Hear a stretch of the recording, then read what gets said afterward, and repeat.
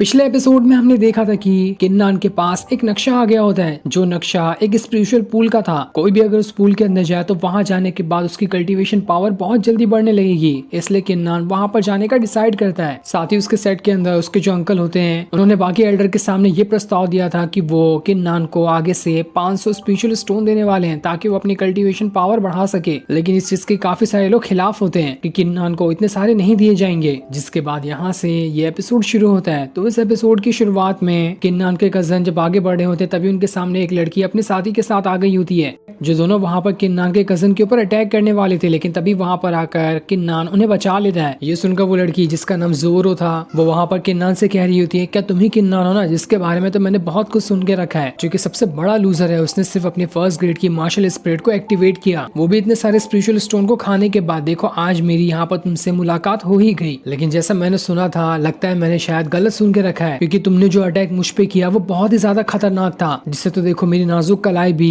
कितनी ज्यादा दर्द कर रही है। मेरे हिसाब से तुम्हारी पावर 3rd लेवल की तो होगी ही, तो अपने अपने फाउंडेशन लेवल के 3rd लेवल को ब्रेक थ्रू कर लिया है। उसके बाद ही किसी के पास इतनी पावर आ सकती है कि कोई मेरे अटैक को यहाँ पर रोक सके। ये सुनकर तो किन्नान के कजन भी हैरान रह जाते कि क्या सच में किन्नान ने यहाँ पर अपने 3rd लेवल को ब्रेक थ्रू कर लिया, ये तो नामुमकिन है। वो तो ढंग से अपना 1st लेवल भी ब्रेक थ्रू नहीं कर पा रहा था। लगता है जोरो को यहाँ पर कुछ गलत फहमी हुई है। ये सुनकर जोरो शियाओ बाकी उसे कह रही होती है, तुम सब अभी बच्चे हो, तुम्हें कल्टीवेशन करने के बारे में कुछ भी नहीं पता। मैंने किन्नान को देखते साथ ही पता लगा लिया कि उसके पास कितनी पावर है। उसके पास इतनी पावर है कि उसका आधा भी तुम्हारे पास नहीं होगा। लेकिन तब वहां पर किन्नान जोरों से कह रहा होता है, बस बहुत हो गया, मेरे कजन के बारे में और कुछ बुला भरा कहने की तुम्हें कोई जरूरत नहीं है। वो मेरे किन फैमिली के मेंबर है और उन्हें कुछ भी कोई कहे ये मैं बर्दाश्त नहीं कर सकता। तुमने यहाँ पर हमारी किन फैमिली के मेंबर के ऊपर अटैक करने की कोशिश की है, इसलिए तुम मेरी भी दुश्मन हुई। हम सब यहाँ पर मिलकर तुम्हारा जवाब देंगे और तुम्हें यहाँ पर सबक सिखा कर रहेंगे। ये सुनकर शियाओ उसके साथी भी कहते हैं, किन्नान तुमने तो बहुत अच्छा कहा, हम सब यहाँ पर मिलकर इन सभी को सबक सिखाएंगे। तब ये सुनकर जोरो अपने साथी को वहां पर भेज देती है, जो शियाओ बाकियों के ऊपर अटैक करते हुए उन्हें वहां से भगाने की कोशिश करेगा। वो वहां पर आते साथ ही सभी के ऊपर अटैक करना स्टार्ट कर देता है, लेकिन किन्नान ही सबसे पहले उसके साथ फाइट करने जाता है, पर किन्नान भी वहां पर ठीक तरह से उसका मुकाबला नहीं कर पाता। ये देखकर शियाओ किन्नान से कह रहा होता है, जब तक तुम इनसे फाइट करो तब तक कि मैं अपने सेक्ट में जाता हूँ, वहां से कुछ सिपाहियों को लेकर आऊंगा। ऐसे जोरो का साथी भी उनके पीछे जाने लगता है, लेकिन जोरो उसे रोकते हुए कहती है, रुक जाओ, वहां पर हमें उन 3 छुछुंदरों से कोई फर्क नहीं पड़ता, उन्हें वहां से जाने दो। हमने तो यहाँ पर किन्नान को ही घेर लिया है, अगर हम इसे पकड़कर अपने सेक्ट में ले जाएंगे तो हमारे सेक्ट एल्डर को बहुत ही ज्यादा खुशी महसूस होगी। तो अभी हमें यहाँ पर किन्नान को ही पकड़ने की तैयारी करनी चाहिए। जिसके बाद उसने दोबारा से अपने स्वॉर्ड को बाहर निकाल लिया होता है। ये देखकर किन्नान अपने मन में सोच रहा होता है, क्या ही घटिया कजन है, देखो मैं यहाँ पर इनकी जान बचाने के लिए आया, उल्टा ये मुझे यहाँ पर अकेला छोड़कर भाग गए। ऐसे लोगों को बचाकर आखिर फायदा ही क्या होता। लेकिन क्या करूँ, खून जो मेरा इनके अंदर है, हम सबके अंदर एक ही खून दौड़ रहा है, इसीलिए मैंने बचाने के लिए यहाँ पर कूद पड़ा। जिसके बाद अब जोरो और किन्नान के बीच काफी जबरदस्त फाइट शुरू हो जाती है। दोनों अपने स्वॉर्ड का इस्तेमाल करते हुए एक दूसरे के ऊपर अटैक किए जा रहे होते हैं। जहाँ पर किन्नान ज्यादा पावरफुल दिखाई दे रहा था, वो अपनी स्वॉर्ड का इस्तेमाल करते हुए जोरो और उसके साथियों को उठा उठा कर फेंके जा रहा होता है, क्योंकि उसने अभी थंडर स्वॉर्ड टेक्निक सीखी थी, जिस वजह से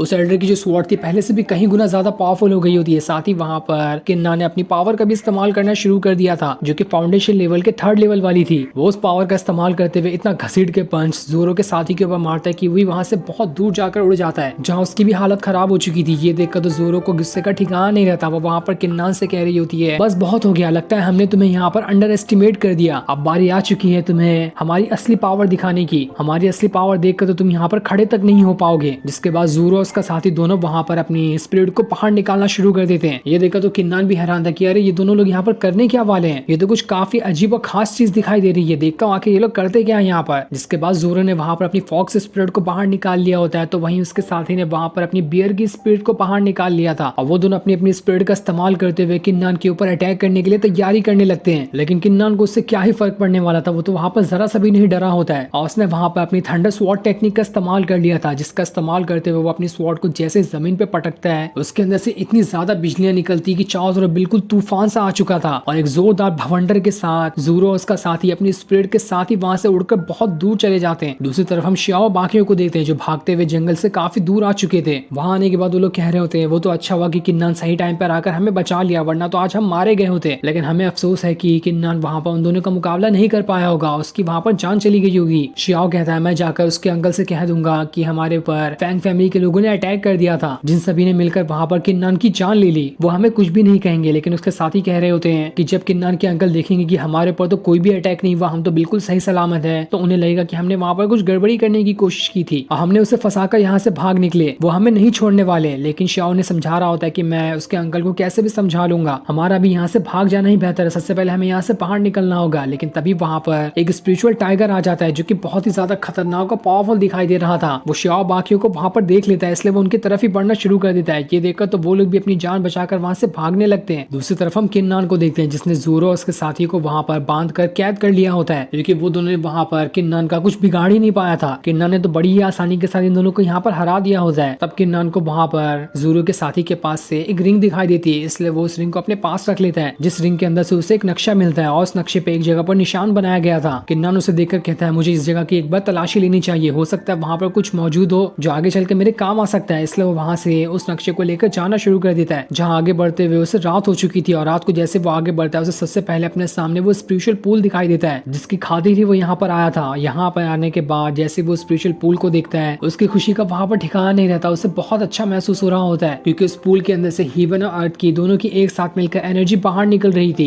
इसलिए वहाँ का हवा ही इतना ज्यादा पावरफुल होता है कि उसे महसूस करते साथ ही लोगों की पावर बढ़ने लग जाए, जिसे देखकर किन्नान कह रहा होता है लगता है मेरा सफर यहाँ पर अब पूरा होने वाला है। जिसके बाद वो स्पिरिचुअल पूल के अंदर आ जाता है और वहाँ पर बैठने के बाद वो अपना कल्टीवेशन करना स्टार्ट कर देता है ताकि वो यहाँ पर अपना ब्रेक थ्रू कर सके। और जैसे वो कल्टीवेशन स्टार्ट करता है उसकी मार्शल स्पिरिट भी बाहर निकल कर आ जाती है, वो भी वहाँ पर अपनी पावर को बढ़ाने लग गई थी। और कई घंटों की कल्टीवेशन के बाद आखिरकार किन्नान वहाँ पर अपना ब्रेक थ्रू कर जाता है, जिस वजह से उसने यहाँ पर अपने फाउंडेशन लेवल के 4th लेवल को भी ब्रेक थ्रू कर लिया था, जिस चीज से उसकी खुशी का वहाँ पर ठिकाना नहीं रहता कि बड़ी ही आसानी के साथ मैं 1st से 4th लेवल पे पहुंच चुका हूँ। ऐसा ही रहा तो मैं बहुत जल्दी अपना कल्टीवेशन करके बहुत ही ज्यादा पावरफुल बन जाऊंगा। और अब वो वहाँ से उस जगह की तरफ बढ़ना शुरू कर देता है जिस जगह पर ज़ोरो के साथी वाले नक्शे पे निशान बना हुआ था। वो उस जगह को ढूंढते हुए काफी टाइम गुजार देता है और काफी देर की मेहनत के बाद उसे वो जगह मिल भी जाती है जो कि जंगल में बना हुआ एक छोटा सा ठिकाना था। लेकिन वहाँ पर आने के बाद उसे कुछ भी अजीब चीज दिखाई नहीं देती जिसके लिए यहाँ पर इस नक्शे पे निशान बनाया गया हो। वो पूरी जगह की तलाशी करता है लेकिन उसे वहाँ पर कुछ भी नहीं दिखाई देता। लेकिन हाँ, वहाँ पर एक कैंप फायर जरूर लगी हुई थी जिसे देखकर किन्नान को समझ में आता है कि जरूर इससे पहले यहाँ पर कोई आया था जो यहाँ पर रुका होगा और ये काम किसी और का नहीं बल्कि ज़ोरो और उसके साथी का ही होगा। उन्होंने नक्शे पे जिस जगह पे निशान लगाया था वो यही जगह है, यहाँ पर वो लोग पहले ही आ चुके होंगे और यहाँ पर जो भी ट्रेजर था उसे ले लिए होंगे वो लोग, इसलिए मुझे यहाँ पर कुछ भी नहीं दिखाई दे रहा है। लेकिन खैर कोई बात नहीं, मैं वैसे भी कल्टीवेशन करके बहुत ज्यादा थक चुका हूँ, इसलिए मैं रात भर यहाँ पर आराम करूंगा और कल दोबारा से पूरे माउंटेन की एक बार तलाशी लूंगा ताकि मुझे यहाँ पर कोई ट्रेजर मिल जाए। साथ ही वहाँ पर ये भी सोच रहा होता है कि आखिर ज़ोरो को कैसे पता चला कि शाओ बाकी लोग यहाँ पर इस जंगल में आए हैं, इसलिए पहले से यहाँ पर आ गए ताकि सभी के ऊपर अटैक करके उनकी जान ले सके। हो सकता है कि हमारे सेक्ट में ही कोई ऐसा होगा जो ज़ोरो का साथी होगा और वही उसे हमारे सेट की सारी जासूसी करते हुए खबर देता होगा। लेकिन मैं भी इस चीज से बिल्कुल भी कंफर्म नहीं हूँ कि क्या मैं ये सही कह रहा हूँ या फिर गलत। इस मैटर के बारे में मुझे और ज्यादा जानकारी निकालनी होगी, लेकिन अभी मुझे इस चीज से कोई मतलब नहीं है। सबसे पहले मैं सुबह होते ही यहाँ से ट्रेजर ढूंढूंगा, उसके बाद यहाँ से निकल जाऊंगा। जिसके बाद वो रात भर आराम करने के बाद अगली सुबह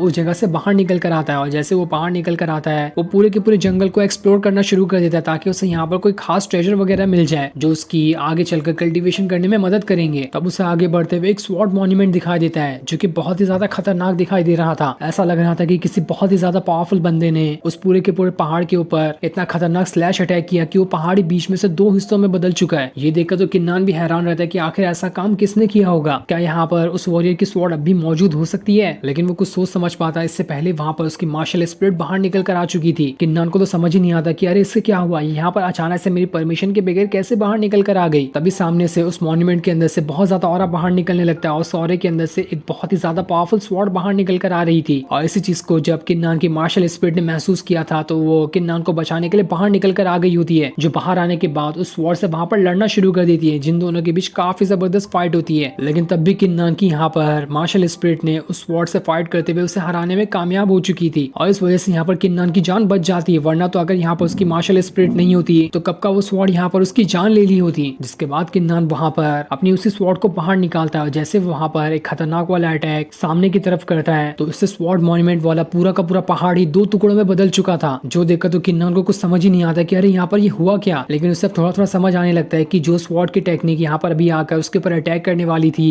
जिसे उसकी मार्शल स्पिरिट ने रोक लिया, तो वो सारी की सारी स्वॉर्ड वाली पावर अब उसके अंदर जा चुकी है। इसी वजह से उसने अपनी थंडर स्वॉर्ड का इस्तेमाल करते हुए इतना खतरनाक वाला अटैक उस पहाड़ के ऊपर किया कि वो पहाड़ यहाँ पर 2 टुकड़ों में बदल चुका है, जिस तरह से ये पहले 2 टुकड़ों में बदला हुआ था। ये देखकर किन्नान काफी ज्यादा खुश हो जाता है कि अरे ये तो बहुत अच्छी बात है, मेरी स्वॉर्ड तो पहले से भी ज्यादा पावरफुल बन गई। इसके पास तो वैसे भी थंडर स्वॉर्ड वाली टेक्निक थी, उसी के ऊपर देखो ये तो इतनी खतरनाक वाली स्वॉर्ड की टेक्निक भी इसमें जा चुकी है। अब देखता हूँ मेरे सामने कौन ही आकर खड़ा हो सकता है। साथ ही अभी ज़ुआन लियान सेट का सिलेक्शन वाला प्रोसेस चालू होने वाला है, इसलिए मुझे जल्द से जल्द अपने सेट में जाना होगा ताकि मैं वहां पर अपना बेस्ट दे सकूं, जिसके बाद मेरा सिलेक्शन ज़ुआन लियान सेट में हो सकता है। चाहे कुछ भी हो जाए, मुझे तो अपना सिलेक्शन वहां पर करवाना ही है। और इतना कहने के बाद वो वहां से भागते हुए अपने सेट की तरफ बढ़ना शुरू कर देता है। जो सीन दिखाते ही ये एपिसोड यहीं पर एंड हो जाता है। Thanks for watching.